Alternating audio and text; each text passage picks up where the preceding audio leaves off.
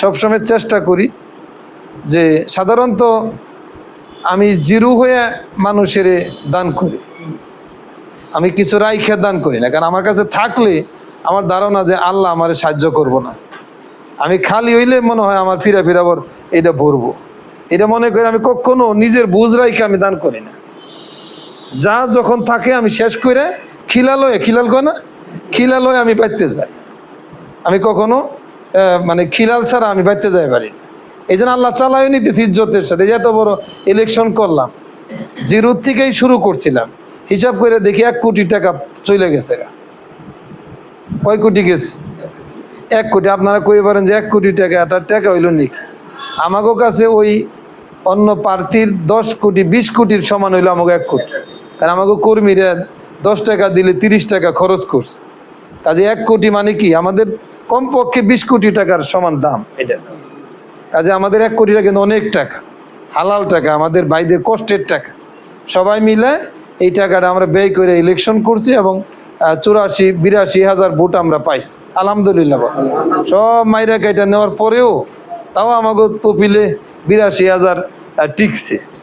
কাজে এটা কিন্তু অনেক বড় ভোট। এই ভোট কিন্তু এই দেশ স্বাধীনের পরে এত ভোট কিন্তু কেউ পায় না। শেখ মুজিবুর রহমানও গোবিন্দ দলের হারছিল, সেই জায়গায় শেখ মোহাম্মদ সালাউদ্দিন কি বংশের নাকি হ্যাঁ জিতছে তো।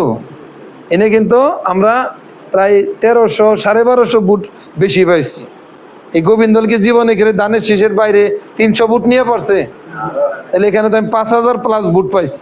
এটা একটা বড় জিনিস না? বড় কিনা। এই গ্রামে 3 কোটি টাকা ওরা ব্যয় করছে। আমাকে আনাম আসনে যে ব্যয় হয়েছে তার সাথে 2 গুণ টাকা ব্যয় করছে এই গ্রামে। শুধু এই গ্রামটারে দেখতে যে মরণ তো ব্যক্তি ধরে, পরিবার ধরে ধরে, মাথা ধরে ধরে গাবতলি গরুর হাটের মতো ওরা ভোটার কিনছে। তারপরেও আলহামদুলিল্লাহ আমরা, আল্লাহ আমাদের ইজ্জত বাঁচাইছে, আমরা কিন্তু জিতে গেছি। আপনারা দুর্বল হইবেন না, আমরা এগিয়ে যাব। আগামী বৃহস্পতিবার এই যতজন লোক এখানে বসা আছেন এবং যে ওয়ার্ডের জিম্মাদার যারা আছেন, ওই ওয়ার্ডের যত নেতা কর্মী আছে সবাইকে নিয়ে সিঙ্গার বাস স্ট্যান্ডে 10টার মধ্যে হাজির হইবেন। স্বাধীনতা দিবস ওই দিন আমরা একটা বিরাট একটা কর্মীদের মিটিং করুম। ওখানে সকল ইউনিয়নের চেয়ারম্যান প্রার্থীদের নাম ঘোষণা করুম, ওয়ার্ডের মেম্বারদের প্রার্থীদের নাম, উপজেলার চেয়ারম্যান, পৌরসভার মেয়র, তাদের নাম ঘোষণা করব আনুষ্ঠানিকভাবে।